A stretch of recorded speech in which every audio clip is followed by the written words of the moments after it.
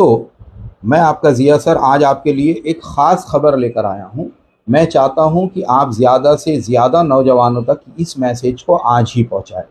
Message ये है कि महाराष्ट्र स्टेट वक्फ बोर्ड में बहुत अच्छे वैकेंसीज निकले हैं, जिसके अंदर वक्फ अधिकारी का पोस्ट है, क्लर्क का पोस्ट है, टाइपिस्ट का पोस्ट है, इंजीनियर का पोस्ट है और साथों साथ लॉयर्स का भी पोस्ट है। ये सारी पोस्टों को सैलरीज भी बहुत अच्छी है। इसके फॉर्म भरने की डेट जो है 5 अगस्त से स्टार्ट हो चुकी है और 4 सितंबर इसकी लास्ट डेट है। 4 शर्तें हैं। पहला, कैंडिडेट का मुस्लिम होना। दूसरा जो है किसी भी फील्ड की डिग्री से 2nd क्लास पास होना। तीसरी शर्त उसकी ये दी गई है कि उम्र 18 से 38 साल के बीच में होनी चाहिए। और चौथी और अहम शर्त ये दी गई कि उसको उर्दू लिखना बोलना आना और समझना चाहिए। ये शर्तें हैं। इसकी जो वेबसाइट है मैं आपके सामने रीड कर रहा हूँ। महावक्फ MAHAWAQF है वो